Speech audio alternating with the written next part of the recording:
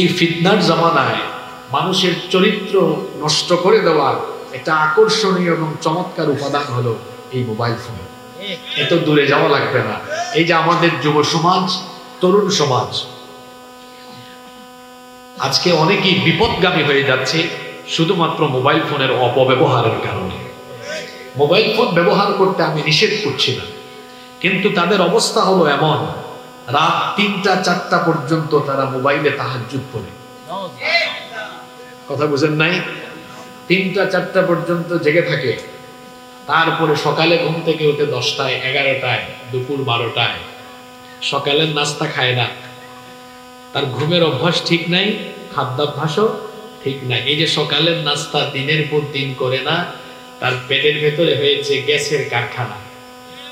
এরপরে দেখা যায় যেখানে যায়, এমনকি মাহফিলেও গিয়ে বায়ু দূষণ করে পরিবেশকে নষ্ট করে এরা। আর রাত জাগতে জাগতে এদের চেহারা হয়েছে কেমন? যৌবন বয়সে 18, 20, 22, 25 বছর বয়সে তার চেহারায় তো লাবণ্য থাকার কথা, কিন্তু রাত জাগতে জাগতে তার গালের 2 পাশের মাংস হাড্ডির চিপার ভিতরে ঢুকে গিয়েছে। তারপরে চোখের নিচে কালি পড়ে গিয়েছে।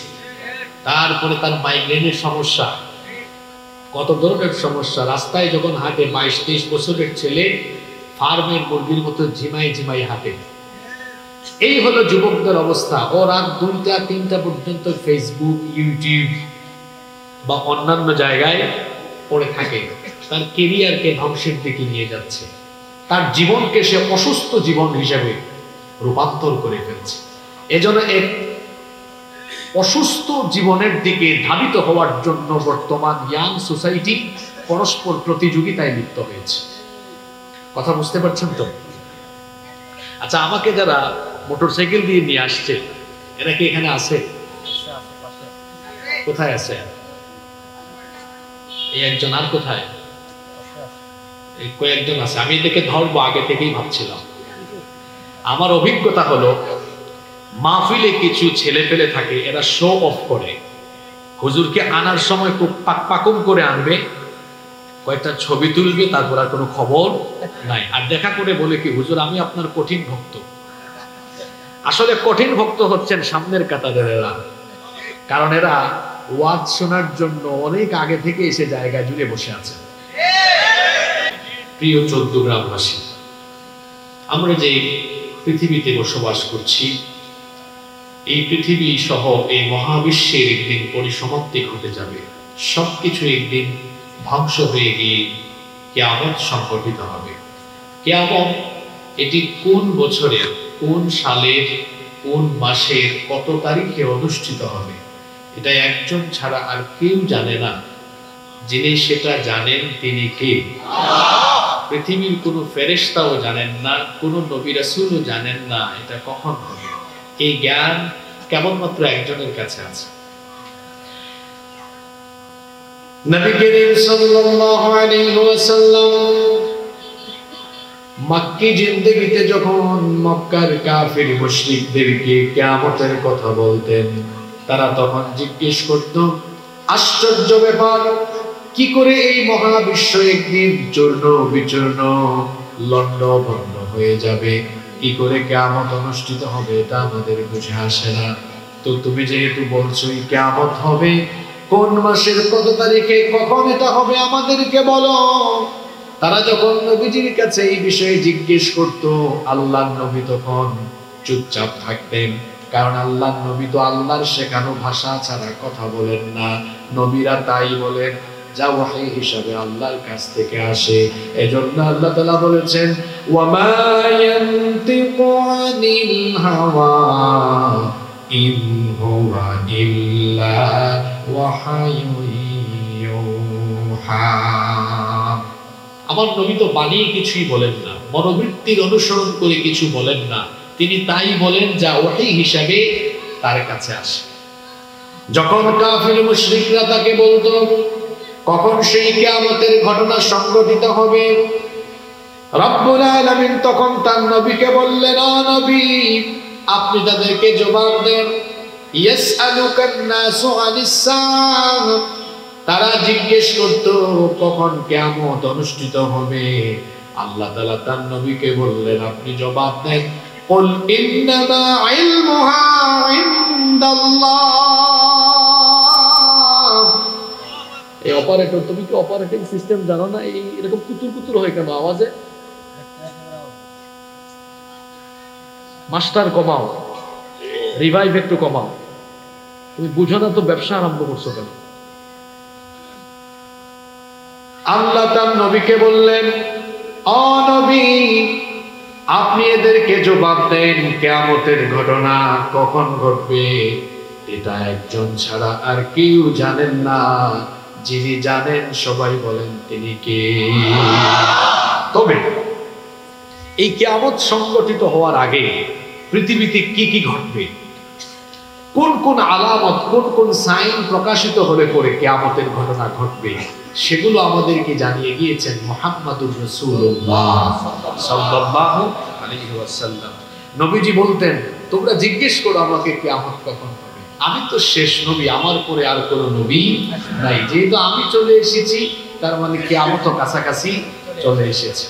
এজন্য আল্লাহ নবী বলতেন, আনা ওয়াস-সাআতু কাহাতাইনি, এই দুইটা আঙ্গুল নবীজি দেখায় বললেন, ওয়াদাম্মাস সাব্বাবাতি ওয়াল ওয়াসতা, এই দুটি আঙ্গুল দেখিয়ে নবীজি বললেন, এই দুটি আঙ্গুলের মধ্যে যেমন তেমন কোনো ব্যবধান নাই, আমি পৃথিবীতে চলে আসা আর কিয়ামত সংঘটিত হওয়ার মাঝে তেমন কোনো ব্যবধান নাই।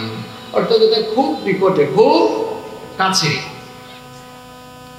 আখেরি নবী চলে এসেছেন, মানে পৃথিবীও আখেরি জায়গায়, অর্থাৎ শেষ সময়ে চলে এসেছে। আমরা শেষ জামানার মানুষ, আমরা হলাম শেষ জামানার মানুষ। এটা হলো আখেরি জামানা। কিয়ামত এই জামানাই হবে, এই শেষ জামানাই হবে। তবে শেষ জামানায় কিয়ামতের আগে ভয়াবহ ফিতনা চতুর্দিকে দেখা দিবে। আল্লাহ নবী বলেছেন, আখেরি জামানায় কিয়ামতের আগে মানুষ চতুর্মুখী ফিতনার মধ্যে আচ্ছন্ন হয়ে যাবে। এমন ফিতনা চতুর্দিকে বিরাজমান হবে। ইউসবিহুর রাজুলু মুমিনান ওয়া ইউমসি কাফিরা, সকালবেলা মানুষ মুমিন থাকবে, কিন্তু ফিতনায় পড়ে সন্ধ্যার আগে কাফির হয়ে যাবে। আল্লাহ নবী বলেছেন, এটা বড় কঠিন জামানা। ইমাম তিরমিজি রাহিমাহুল্লাহ তার তিরমিজির ভেতরে হাদিস এনেছেন, আনাস ইবনে মালিক রাদিয়াল্লাহু আনহু, হাদিসের বর্ণনাকারী সাহাবী, তিনি বলছেন, রাসূল করিম, আমরা বলি সাল্লাল্লাহু আলাইহি ওয়াসাল্লাম বলেছেন, ইয়াতি আলান নাসি জামানুন আস-সাবিরু ফীহি আলা দীনিহি কাল কাবিদি আলাল জাম। আল্লাহ নবী বলেছেন, শেষ জামানায় নিজের ঈমান বাঁচানো এতটা কঠিন হবে, শেষ জামানায় ঈমানের উপরে অবিচল থাকা এতটা দুঃসাধ্য ব্যাপার হবে। আল্লাহ নবী বলেছেন, জ্বলন্ত কয়লার উপরে দাঁড়িয়ে থাকা যতটা কঠিন, শেষ জামানায় নিজের ঈমান বাঁচানো হবে তার চাইতে আরো কঠিন। অবস্থা তখন এমন হবে, ইউসবিহুর রাজুলু মুমিনান ওয়া ইউমসি কাফিরা, সকালবেলা কোনো ব্যক্তি মুমিন থাকলেও ফিতনায় পড়ে গিয়ে সন্ধ্যাবেলায় কাফির হয়ে যেতে পারে।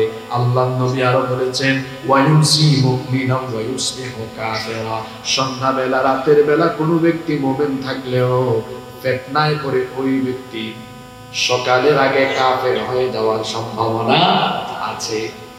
এই হাদিসটা একটু মিলায় দেখেন তো, বর্তমানে আমরা এমন সমাজে বসবাস করি, নিজের ঈমানটাকে বাঁচিয়ে রাখা আজকে কতটা কঠিন হয়েছে। আমি তো বলি, মানুষের ঈমান আজকে বেশি দূরে যাওয়া লাগবে না। এই যুগে মানুষের ঈমান বাঁচানো, এই মোবাইলের ফিতনা থেকে নিজেকে বাঁচানো এখন অনেক কঠিন। এত জোরে যাওয়া লাগবে না। মোবাইলের ফিতনায় পড়ে আজকে ঈমান হারা হয়ে যাওয়ার সম্ভাবনা আছে, কারণ এর ভেতরে চরিত্র বিধ্বংসী এমন এমন উপাদান আছে, এটা আপনাকে একেবারে কঠিন ভাবে গ্রাস করে জাহান্নামের দিকে ঠেলে দিতে পারে। আজকের জামানায়, এই ফিতনার জামানায় মানুষের চরিত্র নষ্ট করে দেওয়ার একটা আকর্ষণীয় এবং চমৎকার উপাদান হলো এই মোবাইল ফোন। এত দূরে যাওয়া লাগবে না। এই যে আমাদের যুব সমাজ, তরুণ সমাজ আজকে অনেকেই বিপদগামী হয়ে যাচ্ছে শুধুমাত্র মোবাইল ফোনের অপব্যবহারের কারণে। মোবাইল ফোন ব্যবহার করতে আমি নিষেধ করছি না, কিন্তু তাদের অবস্থা হলো এমন, রাত 3টা 4টা পর্যন্ত তারা মোবাইলে তাহাজ্জুদ পড়ে। কথা বুঝেন নাই? 3টা 4টা পর্যন্ত জেগে থাকে, তারপরে সকালে ঘুম থেকে উঠে 10টায় 11টায় দুপুর 12টায় সকালের নাস্তা খায় না। তার ঘুমের অভ্যাস ঠিক নাই, খাদ্যাভ্যাসও ঠিক নাই। এই যে সকালের নাস্তা দিনের পর দিন করে না, তার পেটের ভেতরে হয়েছে গ্যাসের কারখানা। এরপরে দেখা যায় যেখানে যায়, এমনকি মাহফিলেও গিয়ে বায়ু দূষণ করে পরিবেশকে নষ্ট করে না।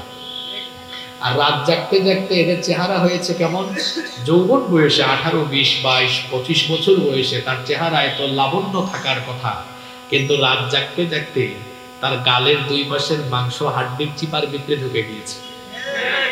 তারপরে চোখের নিচে কালি পড়ে গিয়েছে। তারপরে তার মাইগ্রেনের সমস্যা, কত ধরনের সমস্যা। রাস্তায় যখন হাঁটে 22-23 বছরের ছেলে ফার্মের মুরগির মতো ঝিমাই ঝিমাই হাঁটে। এই হলো যুবকদের অবস্থা। ও রাত 2টা 3টা পর্যন্ত ফেসবুক, ইউটিউব বা অন্যান্য জায়গায় পড়ে থাকে। তার কেরিয়ারকে ধ্বংসের দিকে নিয়ে যাচ্ছে, তার জীবনকে সে অসুস্থ জীবন হিসেবে রূপান্তর করে ফেলছে। এজন্য এক অসুস্থ জীবনের দিকে ধাবিত হওয়ার জন্য বর্তমান ইয়াং সোসাইটি পরস্পর প্রতিযোগিতায় লিপ্ত হয়েছে। কথা বুঝতে পারছেন তো? আচ্ছা, আমাকে যারা মোটরসাইকেল দিয়ে নিয়ে আসছে, এরা কি এখানে আছে? কোথায় আছে? এই একজন, আর কোথায়? এই কয়েকজন আছে। আমি এদেরকে ধরবো আগে থেকেই ভাবছিলাম। আমার অভিজ্ঞতা হলো, মাহফিলে কিছু ছেলে পেলে থাকে, এরা শো অফ করে। হুজুরকে আনার সময় খুব পাকপাকুম করে আনবে, কয়েকটা ছবি তুলবে, তারপর আর কোনো খবর নাই। আর দেখা করে বলে কি, হুজুর আমি আপনার কঠিন ভক্ত। আসলে কঠিন ভক্ত হচ্ছেন সামনের কাতারের এরা, কারণ এরা ওয়াজ শোনার জন্য অনেক আগে থেকে এসে জায়গা জুড়ে বসে আছে। ভালো ছাত্র ক্লাসের সামনে থাকে, ঠিক না বেঠিক? এতগুলা মোটরসাইকেল নিয়ে গিয়েছেন, আমি কি 14 গ্রামে এমপি ইলেকশন করবো নাকি? এগুলো কেন? বন্ধ করেন। সবসময় ফোনে বলে দিই আমরা, একজন ভাই একটু এগিয়ে আসবেন, কারণ গ্রামে গঞ্জে অনেক চিপা চাপা রাস্তা থাকে, এটা গুগল ম্যাপও অনেক সময় উল্টাপাল্টা শো করে। এই জন্য আমরা বলি একজন ভাই এগিয়ে আসবেন, আমরা আপনাকে নিয়ে মাহফিল স্থলে চলে যাব। এই 12 জন 14 জন একত্রিত হলে আর গাড়ি টানা যায় না, তখন তারা গাড়ি স্লো করে, আমরা আরো আগে আসতে পারতাম। এই পাকপাকুমের কারণে আসতে লেট হয়েছে। এখন আমি আজকে বাস্তবে প্রমাণও দিয়ে গেলাম, এই পাকপাকুমগিরি যারা করে এরা মাহফিলে ওয়াজ শোনে না। আর তারা মনে করে হুজুর বোকা শোকা ধোঁকা দিতে পারবে। সে চিন্তা করে না, সে যে স্কুলের ছাত্র, আমরা ওই স্কুলের ডাক্তার, শিক্ষক না। কথা বলছেন নাই? সে যে স্কুলের ছাত্র, আমরা ওই স্কুলের শিক্ষকও বলি নাই। কি বলেছি? আরো 1 ক্লাস উপরে। সে মাহফিল করে বছরে একটা, আর আমরা তো ডেইলি করি। আমাদের অভিজ্ঞতা আছে না? এই ভাই গিয়েছেন, ওনার সাথেই যোগাযোগ, ইনি থাকবেন সেটা আমার জানা আছে। কিন্তু ওনার সাথে যারা ছিলেন, আমি গাড়িতে বসে আমার সফরসাথীদেরকে বলেছি যে দেখবা এদের মধ্যে 2-4 জন ছাড়া কেউ থাকবে না। বন্ধ করতে হবে। যুবক ভাইদেরকে বলছি, এই মোবাইল ফোনের ফিতনা থেকে ভাই নিজেকে হেফাজত করতে হবে। একটু একাকী হয়ে গেলে মোবাইলের ফিতনায় তারা ডুবে যায়। আরাম রিলেশনে সম্পৃক্ত হয়ে তার কেরিয়ার সে শেষ করে দিচ্ছে, জীবন সে শেষ করে দিচ্ছে। কি মনে করছেন আল্লাহ কিছু দেখেন না? আল্লাহ কিছু দেখেন না? তা এই ভয় তো আপনার ভিতরে নাই। আপনি তো একাকী নীরবে নিভৃতে যখন মোবাইল ফোন হাতে নেন, তখন তো আপনি গুগল শরীফে গিয়ে পর্ন সাইটে ঢুকে অশ্লীল ভিডিও দেখা আরম্ভ করেন, ইউটিউব শরীফে গিয়ে আজে বাজে নাটক সিনেমা দেখা আরম্ভ করেন। আপনি মনে করেন যে আমার ভাই বোন, মা বাবা, পরিবারের কেউ এখন দেখবে না, শুনবে না আমি কি দেখছি, কি করছি। কিন্তু কেউ না দেখলেও না শুনলেও যিনি সবকিছু দেখেন এবং শুনেন তিনি কে? সে আল্লাহ বলছেন, আওয়ালা ইয়ালামুনা আন্নাল্লাহা ইয়ালামু মা ইউসিরুনা ওয়া মা ইউলিনুন। গোপন এবং প্রকাশ্য সবকিছুর খবর যিনি জানেন তিনি কে? ইন্নাল্লাহা লা ইয়াখফা আলাইহি শাইউন ফিল আরদি ওয়ালা ফিস সামা। আসমান জমিনের কোনো কিছুই আল্লাহর কাছে গোপন নাই, সব কিছু তিনি জানেন। আপনি গভীর রাতে 1টা 2টায় মোবাইল ফোনে হাতে নিয়ে দরজা বন্ধ করে দিয়ে কি দেখেন, কি শুনেন, কার সাথে কথা বলেন, কেউ সেটা না জানলেও যিনি জানেন তিনি কে? আল্লাহকে ভয় করে। গোপনে যারা গুনাহ করে এদের শাস্তি বড় মারাত্মক। অনেকে আছে গোপনে গোপনে হারাম কাজে লিপ্ত, যেটা কেউ জানে না, কিন্তু কেউ জানে না জানেন কে? আল্লাহ নবী বলেছেন, খুব ভয়াবহ হাদিস, এটা ভালো করে শুনেন, যুবক ভাইয়েরা মনোযোগ দেন। আল্লাহ নবী বলেছেন, কিয়ামতের ময়দানে তিহামার শুভ্র পর্বতমালা সম পরিমাণ নেক আমল করে কোন ব্যক্তি হাসরের মাঠে উঠবে, কিন্তু পাহাড় সম পরিমাণ আমল মুহূর্তের মধ্যেই ধুলাবালি হয়ে উড়ে যাবে। সাহাবীরা জিজ্ঞেস করলেন, এটা কোন ব্যক্তির কথা আপনি বলছেন? আল্লাহ নবী তখন বললেন, এই ব্যক্তি হলো সেই ব্যক্তি নামাজেও যায়, রোজাও রাখে, হজ করে, উমরা করে, ওয়াজ মাহফিলে আবার আয়োজন করে ওয়াজ মাহফিল শুনতেও যায়, কিন্তু গোপনে গোপনে সে একাকী হয়ে গেলে হারাম কাজ করে। কথা বুঝতে পেরেছেন? সব আমল কি হয়ে যাবে? সব আমল এই ফিতনায় পড়া যাবে না। এই শেষ জামানাটা হচ্ছে ফিতনার জামানা। বলেছেন মুহাম্মদ, আমরা বলি সাল্লাল্লাহু। ফিতনার এই জামানায় মানুষ এমন ফিতনায় পড়বে, নেতৃত্বের জায়গায় ফিতনা দেখা দেওয়ার কারণে মানুষ আরো ভয়াবহ ফিতনার মধ্যে আচ্ছন্ন হবে। এজন্য আল্লাহ নবী বললেন, আ'আদাকাল্লাহু মিন ইমারাতিস সুফাহা, মূর্খ অপদার্থ নেতৃত্ব থেকে আমি তোমাদের জন্য আল্লাহর কাছে পানাহ চাইছি। সাহাবীরা তখন বললেন, মা ইমারাতিস সুফাহা, মূর্খদের অপদার্থদের নেতৃত্ব আমরা বুঝলাম না, আমাদেরকে বুঝিয়ে দেন। আল্লাহ নবী তখন বললেন, উমারা ইয়াকুনুনা বাদি, আমার পরে এমন কিছু নেতৃত্ব দুনিয়ায় আসবে, লা ইয়াক্তাদুনা বিহাদি, তারা আমার হেদায়েত অনুসরণ করে তারা সমাজ এবং রাষ্ট্র পরিচালনা করবে না। আল্লাহ নবী বললেন, আমার পরে এমন একটি সমাজ ব্যবস্থা আসবে, আখিরি জামানায় এমন একটি পরিস্থিতি তৈরি হবে, আমার পরে এমন কিছু লোক আসবে, উমারা ইয়াকুনুনা ইয়াক্তাদুনা বিহাদি, আমার হেদায়েত অনুসরণ করে, লা ইয়াক্তাদুনা বিহাদি, তারা আমার হেদায়েতের ইক্তেদা করবে না, আমার হেদায়েতের অনুসরণ করবে না, অর্থাৎ আমার তরিকা গ্রহণ করে তারা তাদের সমাজ এবং রাষ্ট্র চালাবে না। ওয়ালা ইয়াস্তান্নুনা বিসুন্নতি, আমার সুন্নত অনুসরণ করে তারা সমাজ এবং রাষ্ট্র পরিচালনা করবে না। মনোযোগ আছে আপনাদের? আকাশের উপরে আর মাটির নিচের ওয়াজ না, এগুলো ভালো করে শুনেন কথাটা।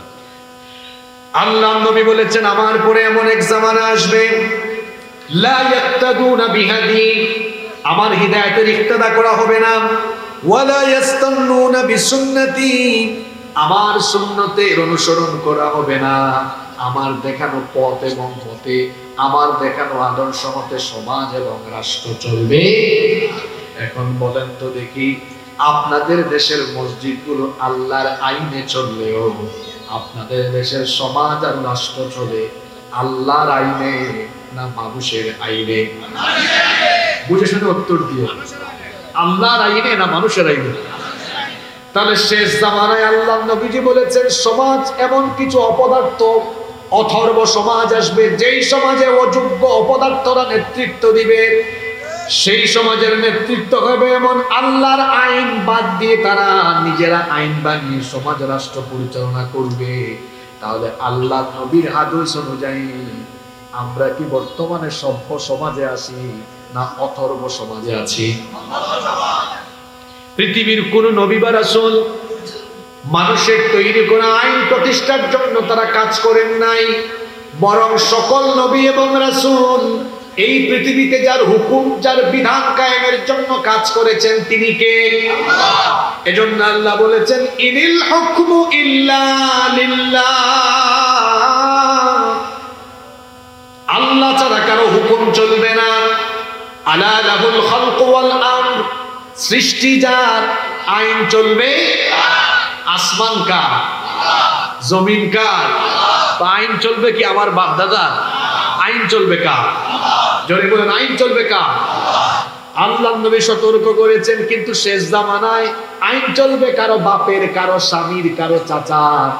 এইরকম করে মানুষ নিজেরা আইন বানিয়ে যখন সমাজ এবং রাষ্ট্র পরিচালনা আরম্ভ করবে, আমার উম্মতের যেই ব্যক্তি ফামান সাদ্দাকাহুম বিকাদিবিহিম ওয়া আ'ানাহুম আলা যুলমিহিম, আমার উম্মতের যেই ব্যক্তি তাদেরকে সহযোগিতা করবে, তাদেরকে সমর্থন দিবে, তাদের সাথে থাকবে, তাদের জুলুমের সহযোগী হবে, আল্লাহর নবী বলেছেন ফাউলাইকা লাইসু মিন্নি ওয়া লাস্তু মিনহুম, যারা এই সকল লোকদের সাথে থাকবে, তাদেরকে সমর্থন করবে, এরা আমার কেউ নয়, আমিও তাদের কেউ নয়।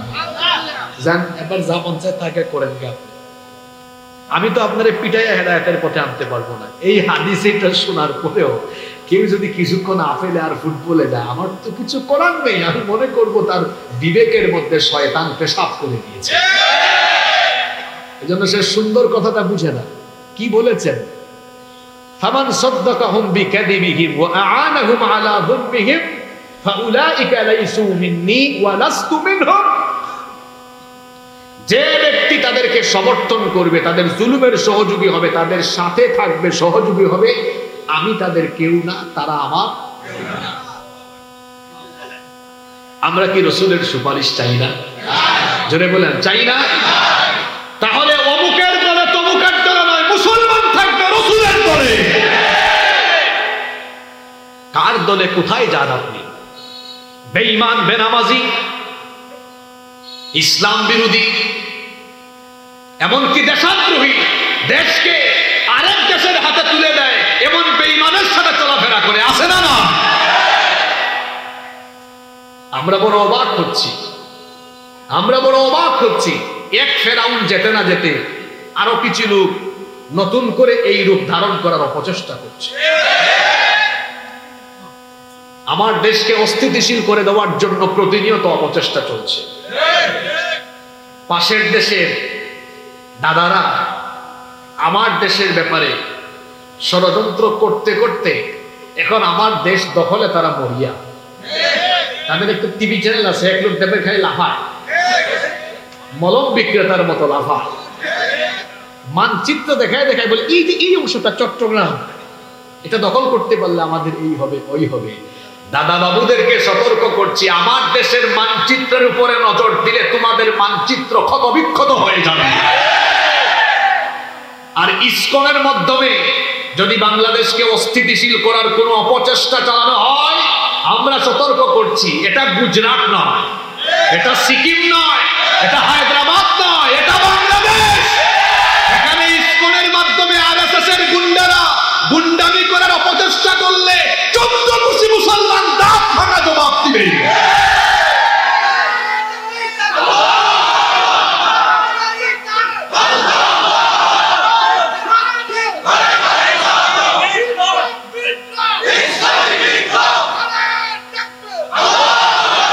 ইসকন হলো একটি উগ্রবাদী, জঙ্গিবাদী, চরমপন্থী সংগঠন।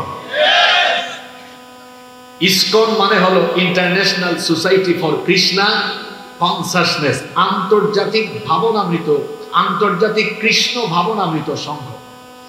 এটা প্রতিষ্ঠা করেছে যে ব্যক্তি, তার নাম হলো অভয় চরণারবিন্দ ভক্তি বেদান্ত স্বামী প্রভুপাদ।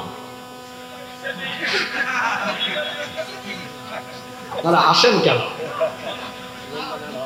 হ্যাঁ, এই তার নামের প্রভুপাদ নিয়ে অনেকে তার নামের শেষে লাগাইছে প্রভু। এই চিন্ময় প্রভু, তারও পুরা নাম অনেক লম্বা, চিন্ময় কুমার দাস প্রভু ব্রহ্মচারী। কত লম্বা নাম, আপনি চিন্তা করেছেন?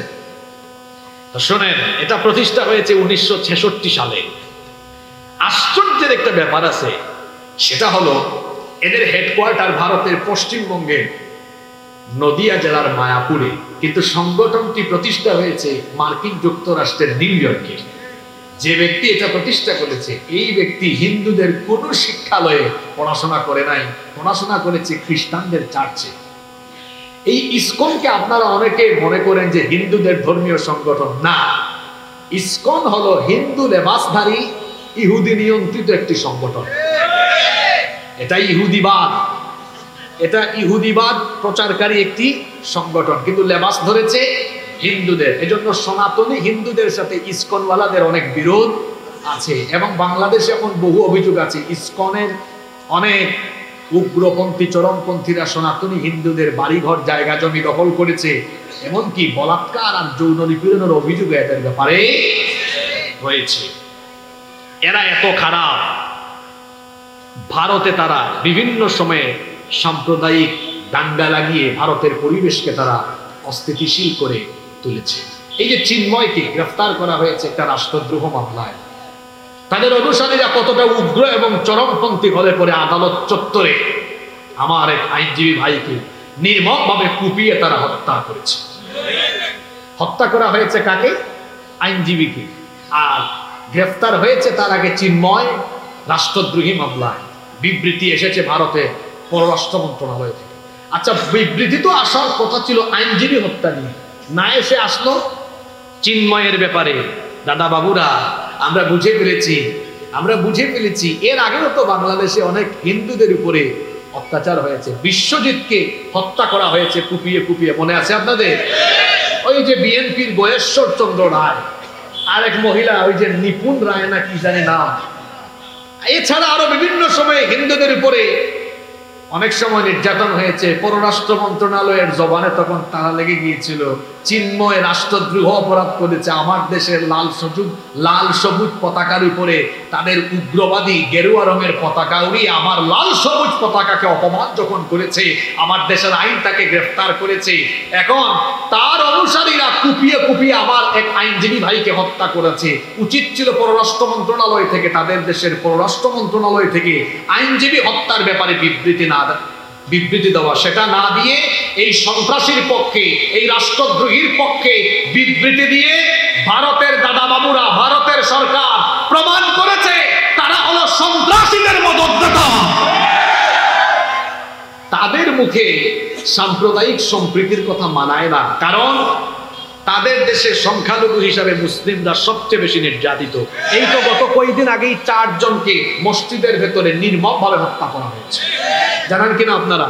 তাবরিজকে জয় শ্রীরাম না বলার কারণে এর আগে কয়েক বছর আগে পিটিয়ে হত্যা করা হয়েছে। মুস্কান নামক আমার এক বোনকে এক কলেজের ক্যাম্পাসে তাকে লাঞ্ছিত করা হয়েছে। তোমাদের কথা মনে আছে ভাই, তোমরা গুজরাটে কি করেছো, তোমরা সিকিমে, হায়দ্রাবাদে, কাশ্মীরে কি করেছো, সব আমাদের জানা আছে। তোমরা আমাদেরকে সম্প্রীতি শেখালো না, কারণ তোমাদের মতো অসভ্য আর বর্বর পৃথিবীতে আর কেউ নাই। তোমরা আমাদের বাবরি মসজিদ দখল করে রাম মন্দির বানিয়েছো, সব জানা আছে আমাদের। এখন যদি আমার দেশকে নিয়ে কোন ধরনের ষড়যন্ত্র করো, চক্রান্ত করো, আমরা সবর করছি বলে এটা আমাদের দুর্বলতা ভেবো না। যদি আমার দেশের উপরে কোন ধরনের কুনজর দেওয়ার চেষ্টা করা হয়, তাহলে আমরাও চুপ করে বসে থাকবো না। যদি আমার দেশ দিয়ে কোনো ধরনের ষড়যন্ত্র করা হয়, আমরাও সাবধান করে দিচ্ছি, ভারতের মানচিত্র আর এরকম থাকবে না, টুকরা টুকরা হয়ে যাবে। আমাদেরকে হুমকি দেয়, কয় সোমবার থেকে, আজকে কি বার গেল, কয় সোমবার থেকে আমরা সীমান্ত অবরোধ করব। তা আমি গত 2 দিন আগে বৃহস্পতিবারে শরীয়তপুরে বলেছিলাম, অবরোধ করলে কর তোরা, তাতে আমাদের কি? তোরা কি আমাদেরকে তোদের পেঁয়াজ চিনি এগুলো ভিক্ষা দেশ নাকি? আমরা তো টাকা দিই, তোরা আমাদেরকে পণ্য দিস। আমার 14 গ্রাম বাজারে কোনো ব্যবসায়ী আমারে পণ্য দেয় না, আমি কি বসে থাকবো নাকি? আমি আরেক দোকানে যাব না? তো তুমি আমাকে না দিলে নাই। আমিও বলেছি আমরা এগুলোতে ভয় পাই না, আপনারা চুপচাপ বসে থাকেন 1-2 সপ্তাহ, দেখবেন তার পণ্য যখন খালাস হবে না, তার পণ্য যখন পচা আরম্ভ করবে, আপনাদের পায়ে ধরে বলবে, আব্বা আমাদের পণ্যগুলা নেন। এদেরকে এভাবেই জবাব দিতে হবে, তোমার পণ্য নিয়ে তুমি বসে থাকো। আমরা সতর্ক করছি, এই দেশে মার্কিন আধিপত্যবাদ, ভারতীয় আধিপত্যবাদ চলবে না, বাংলাদেশ